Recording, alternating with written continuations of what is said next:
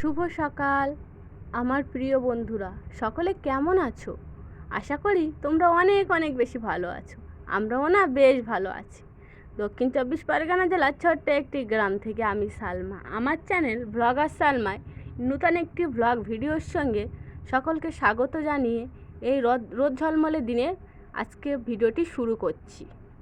তো দেখো বন্ধুরা, আর প্রতিদিনের মতো আজকেও সকাল সকাল উঠে পড়েছি। তো ছোট বাচ্চা নিয়ে তো সকাল সকাল উঠতে হয়, নইলে কাজ করে আগানো যায় না। তো ওর পাপা চলে গেলে আমার মাম্মা কাঁদতে শুরু করে, তো সেই জন্য আমি খুব সকাল সকালেই উঠে পড়ি। কোনো দিন 5টা, কোনো দিন 5:30, কোনো দিন 6টা হলেই উঠে পড়ি। আর খেয়াল করবে বন্ধুরা, যদি সকাল সকাল ওঠা যায় তো সকাল সকাল বেশ রান্না বান্না কাজগুলো, বাসি কাজকর্ম হয়ে যায়, বেশ মনে শান্তি লাগে।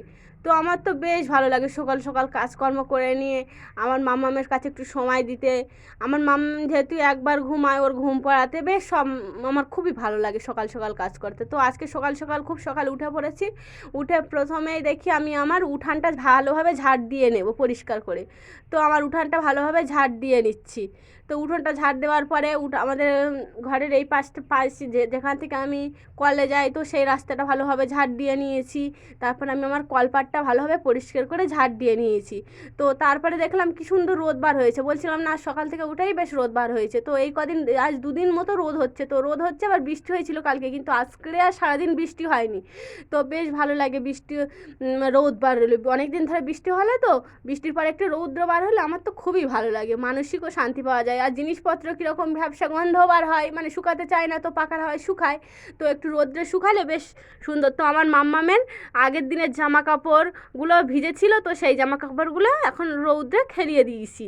তো দেখো বাগানে দেখো সব রৌদ্র পড়েছে, দেখো পুকুরে রৌদ্র পড়েছে, কি সুন্দর দেখাচ্ছে, মানে সবে রৌদ্র উঠেছে। তো দেখো সূর্য দেখা যাচ্ছে। তো আমি বলেছিলাম না আমাদের রাস্তা প্রচুর কাদা, তো এই রাস্তা দেখো কাদা, ওইদিকে আরও ভীষণ কাদা। আরও মানে বৃষ্টি হলে তো চেপে পানি, প্রচুর পরিমাণে পানি উঠে যায়। তো আমাদের উঠানে তেমন কাদা নেই, কিন্তু আমাদের রাস্তায় প্রচুর কাদা, একবার বার হলে আর বার হওয়া যায় না। তো ওই রাস্তাটা, এই কাদা রাস্তা পেরোলেই আমাদের পিচ রাস্তা আছে। তো আমাদের এই কাদা রাস্তাটা একটু ঢালাই হয়ে গেলে আর কোনো অসুবিধা হয় না। তো তারপরে আমি চলে আসলাম আমার ঘর বাড়ি ঘরের কাজ করতে। তো বাইরের কিছুটা কাজ করলাম, করার পরে এবার ঘরের কাজ করলাম। তো প্রথমে দেখি বিছানা গোছাবো, তো বিছানাটা ভালোভাবে গুছিয়ে পরিষ্কার করে নিচ্ছি। তো আজকে কি করব, বিছানার চাদরটা একটু পাল্টাবো। তো আমার মাম্মাম না হিসু করে যেহেতু, তো ওই প্লাস্টিকের উপরে বিছিয়ে রাখি, তো প্যাম্পাস পরায় না একটি সমস্যার জন্য। তো যাই হোক, এবারে আমি আমার বলছি পাখাটা বেশ ময়লা হয়েছে, তো এইভাবেই পাখাটা এক হাতে পরিষ্কার করে নিই। তো আমাদের ওই যেহেতু অ্যাসবেস্টারের ঘরের ছাউনি, তো তো প্রচুর পরিমাণে কচি বাঁশের ঘুণ পড়ে। সেই জন্য আমার হাজব্যান্ড কী করেছে, পেটি দিয়ে ওরকম রঙিন পেপার দিয়ে মেরে দিয়েছে, যাতে না ঘুণ পড়ে। আমার মাম্মামের গায়ে ধুলো পড়ে, প্রচুর সমস্যা হচ্ছে গা, তো ওই জন্য পেটি দিয়ে নেড়ে দিয়েছে। তো দেখো আমি খাটটা ভালোভাবে মুছে নিয়েছি ওই এক হাতে। নেওয়ার পরে দেখো, যেহেতু আমার মাম্মাম হিসু করে যেখানে সেখানে, তো হিসু করে দেয়, তাহলে বাচ্চা মানুষ বলতে পারে না, বলে প্রায় সময়, তবু অনেকটা বলতে পারে না, মাঝে মধ্যে হিসু হয়ে যায়। তো আমাদের টুসুকটায় যেহেতু খাই হয়ে যাবে, তো এভাবে বুদ্ধি করে আমার হাজব্যান্ড প্লাস্টিক দিয়ে দিয়েছে, যাতে জিনিসটা বহু বছর ধরে হয়। তো যেহেতু প্লাস্টিক দেওয়া আছে, তো প্লাস্টিক বেডশিট পাতলে না থাকতে চায় না, তো সেই জন্য একটা ক্যাথা পেতে রেখে দিয়েছি পুরাতন। তো ওই ক্যাথাটা পাতা থাকলে বেডশিটটা নড়তে চায় না। তাছাড়া বেডশিটের ওই ধারে খাটের ওই দেয়ালের দিক দুটো গেরো বাঁধারে হয়েছে, আর সরেও না বেডশিটটা, তবুও সরে যায়, ছোটো বাচ্চা থাকে আর প্লাস্টিক দেওয়ার আছে। তো দেখো ভালোভাবে বালিশ টালিশগুলো ভালোভাবে গুছিয়ে নিচ্ছি। তো খাট গোছানো থাকলে বেশ ভালো লাগে, আর কেউ আসলেও বেশ সুন্দর দেখায়, বসতেও জায়গা দিতে অসুবিধা হয় না, যেহেতু আমার একটা ঘর। তো আমার মাম্মামের আগের দিনে বেশ বালিশের কভারগুলো পরিষ্কার করেছিলাম। তো আমার মাম্মামের লম্বা গোল বালিশের কভারটা পরিষ্কার করা রয়েছে, আলাদা পরিয়েছি দেখো। কিন্তু আমার মাম্মামের পাঁচ বালিশের কভারগুলো একটু ময়লা, অনেক দিন ময়লা হয়নি, তবু 2-4 দিন হয়ে গিয়েছে। তো পাঁচ বালিশের কভারগুলো ভালোভাবে খুলে পাল্টে নিচ্ছে। আর প্লাস্টিক দেওয়া আছে, কারণ হচ্ছে আমার মাম্মাম না হিসু করলে আর ওই বালিশের তুলোয় হিসু যায় না, প্লাস্টিক দিলে কোনো সমস্যা হয় না। দেখবে তোমরা এই বন্ধুরা, এই বুদ্ধিটা তোমরাও করে রাখবে। তো তারপরে রোদ ঝলমলে আবহাওয়া দেখে এখন আমার অনেক কাজ বাকি আছে, থালা বাসন টাসন কিছু মাজা হয়নি। তো তারপরে দেখলাম যে আমার জামা কাপড়গুলো ভিজিয়ে দিই।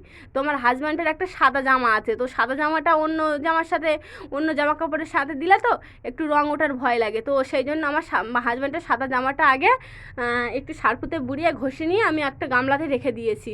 তো তারপরে বেডশিট, তারপরে আমার হচ্ছে মিড কেসের উপরে যে নাইটিটা দেওয়া থাকে, তো সেইটা, আমার হাজব্যান্ডের কিছু প্যান্ট, আমার মাম্মামের কিছু জামা কাপড় ভালোভাবে সার্ফ দিয়ে ভিজিয়ে রেখে দেবো।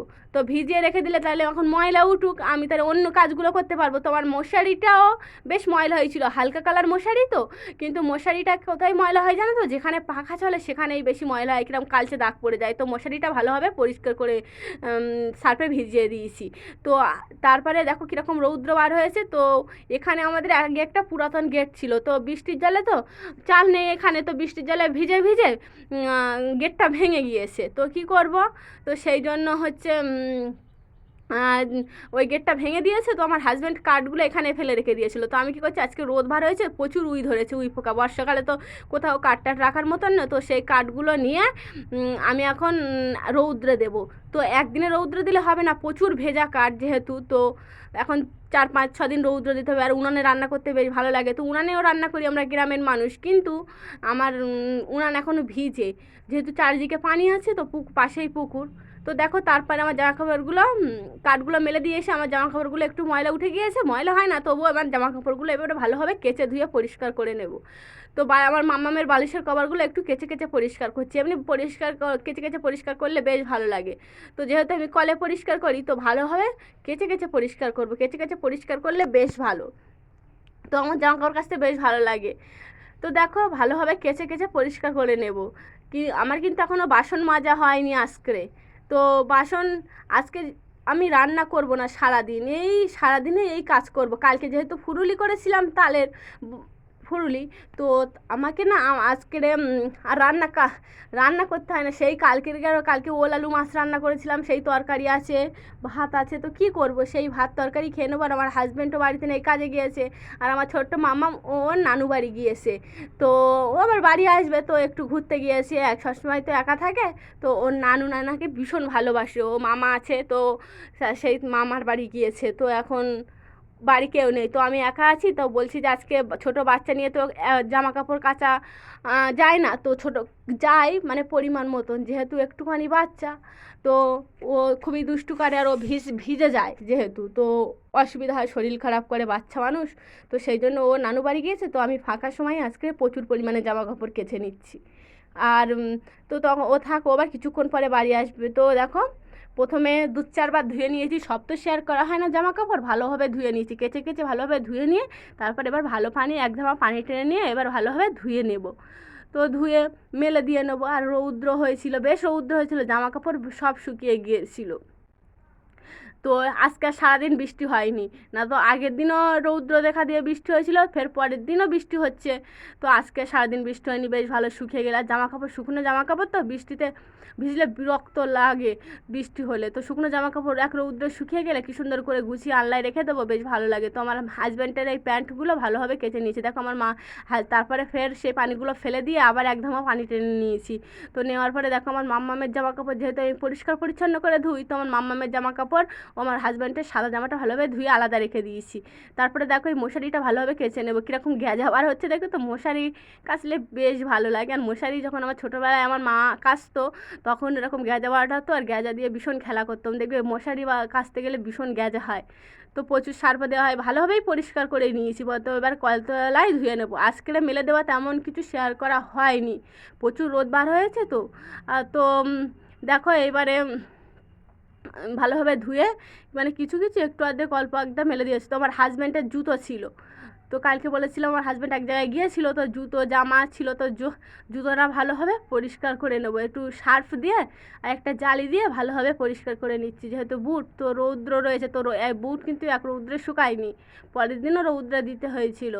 তো ভালোভাবে ধুয়ে নেবে। তো এইভাবে জিনিসপত্র একটু গুছিয়ে রাখলে বেশ অনেক দিনও হয়, আর বেশ সবসময় কিনতে হয় না, ভালো থাকে জিনিসপত্রগুলো। তো ভালোভাবে ধুয়ে নিয়েছি, দেখো এখন রৌদ্রে দিয়ে দেবো। তো দেখো তারপরে জামা কাপড় মেলে দিতে এসেছি।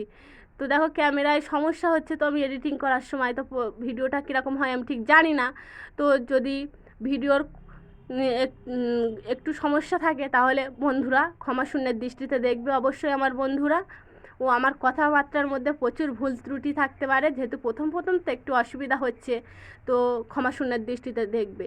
তো দেখো আমার মশারি বেডশিটগুলো মেলে দেওয়া হয়ে গেছে, তো এবারে আর জায়গা নেই। সে আগের দিনের জামা কাপড় মেলে দেওয়া ছিল, সেগুলো দেখলাম যে প্রচুর রোদ পড়েছে তো শুকিয়ে গিয়েছে। তো কি করব, সেই জামা কাপড়গুলো ভালোভাবে তুলে নিচ্ছি। তো দেখো এগুলো সব শুকিয়ে গেছে, তারপরে শুকিয়ে এগুলো রেখে দিয়ে ঘরে, তারপরে দেখো আমার হাজব্যান্ডের আমার মাম্মামের জামা কাপড়গুলো আবার ফের এখানে মেলে দিচ্ছি। আর এই কাঁথাগুলো সেই সকালে মেলে দিয়েছিলাম, সকালবেলা বাসি কাজ করে ধুয়ে কাঁথা ধুয়ে মেলে দিয়েছিলাম। তো দেখো বালিশের আমার মাম্মামের বালিশের কভারগুলো বেশ ভালোভাবে মেলে দিয়েছি। তারপরে দেখো আমার ঘর বাড়ি সেই পরিষ্কার করে রেখে দিয়ে গেছিলাম, কিন্তু আমি এখনও ঝাড় দিইনি, যেহেতু রৌদ্র বার হয়ে যেত তো তাড়াতাড়ি করে কেচে দিয়েছি। আমি ভেবেছিলাম যে বর্ষাকালে রৌদ্র কতক্ষণ থাকে আর না থাকে, তো সেই জন্য তাড়াতাড়ি করে আমার ঘর বাড়িটা বিছানাটা গুছিয়ে আগে চলে গিয়েছিলাম জামা কাপড় কাচতে, তারপর কাঠ মেলে দিতে। তো সেগুলো বাইরের কাজ করা হয়ে গিয়েছে, তো এখন আমি গোসল করিনি, তো এবারে ওই ঘরের কাজ করে নেবো। তো ঘর বাড়িটা ভালোভাবে ঝাড় দিয়ে নিয়েছি, এবার বারান্দাটা গুছিয়ে নেবো। দেখো কত তাল আছে, তো তাল আমার বেশ ভালো লাগে। তো আমাদের সামনে একটা গাছ আছে তো বাড়ির সামনে, তো হাজব্যান্ড কুড়ায় বেশ ভালো, কি সুন্দর তাল। আমার তালের বাসও ভালো লাগে, আর তাল যেদিন ফুরুলি হয় তো সেদিন আমি রান্নাই করি না, মানে ভাতই খাই না, রান্নাই করি ভাত খাই না। এইবারে রান্না করেছি তো আমি ভাত খাইনি। তো ভালোভাবে আমার বারান্দাটা ভালোভাবে ঝাড় দিয়ে নেব। তো ঝাড় দিয়ে ভালোভাবে আমার ঘর বারান্দা মুছে নেব। মুছে পরিষ্কার করলে বেশ পরিপাটি, আর যেদিন দেখবে ঘর বারান্দা মুছে পরিষ্কার পরিপাটি করে রাখি মনেও ভালো লাগে, প্রচুর পরিমাণে আমার তো আনন্দ হয় যে জিনিসপত্র জামা কাপড় বেশ শুকনো থাকে। তো আমার পোটটা ভালোভাবে দেখো ঝাড় দিয়ে নিচ্ছে এখন। তো দেখো আমার পোটের সামনে পাতাবাহার গাছ আছে। আমার হাজব্যান্ড তো খুব শখের জিনিস তৈরি করে, ওই পাখি পুষবে, কোথায় কোথায় গাছ লাগাবে, ছোটো থেকে ভীষণ ওই সব জিনিস পছন্দ করে। তো দেখো কীরকম গাছ লাগিয়ে রেখেছে প্রচুর, আমাদের বাড়ি তো প্রচুর পাতাবাহার, যেখানে যাই তো পাতাবাহার গাছ দেখলেও ঠিক ডাল নিয়ে আসবে। তো ভালোভাবে দেখো আমার ঘর বাড়িটা মুছে নেব। তো বেশ মোছা থাকলে ভালো করে খাটের তলায় টলায় মুছে নেবো, যেহেতু ছোটো বাচ্চা থাকে তো ভালোভাবে মুছে নিচ্ছি। তো বেডশিটটা বেশ টান টান করে, তো বিছানা চাদর বেশ ভালো লাগে। তো আমার ক্যামেরার সমস্যার জন্য আমার ফোনটা যেহেতু খুব ভালো নয়, তো ক্যামেরার সমস্যার জন্য একটু ঘেটে গিয়েছে। আর ঘরে তো আলো জ্বলে সব সময়, আমাদের জানালা দিয়ে তেমন আলো প্রবেশ করে না। তো দেখো আমি আমার বারান্দাটা ভালোভাবে মুছে নেবো। তো ক্যামেরা এরকম করে ধরেছি, দেখো বাইরে ঠিক এরকম রৌদ্র পড়েছে, প্রচুর রোদ বাইরে, তো প্রচুর পরিমাণে গরমও হচ্ছিল। তো রোদ ভালো লাগে, কিন্তু গরম হলেও বেশ রৌদ্র ভালো লাগে। তো ভালোভাবে মুছে ধুয়ে নেবো। তো আজকে রান্না করে নিই। তো চলো কিছু বন্ধুর কমেন্ট পড়া যাক। স্বপ্না দেবনাথ প্রোফাইল থেকে বোন কমেন্ট করেছো, খুব সুন্দর ভিডিও দিদিভাই, মাছ রান্না আর শপিং খুব সুন্দর।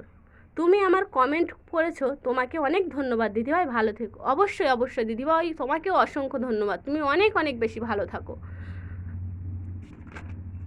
মিনি কিচেন প্রোফাইল থেকে বোন কমেন্ট করেছো, 11 নম্বর বন্ধু হয়ে পাশে থাকলাম, আশা করি আপনিও আমার পাশে বন্ধু হয়ে থাকবেন। অবশ্যই তোমার পাশে বন্ধু হয়ে থাকবো বন্ধু, অনেক ভালো থাকবে, অনেক অনেক ধন্যবাদ।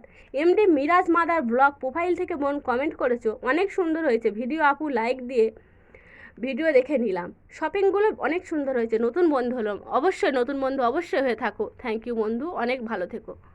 আমার চ্যানেলটিকে সাবস্ক্রাইব করবে।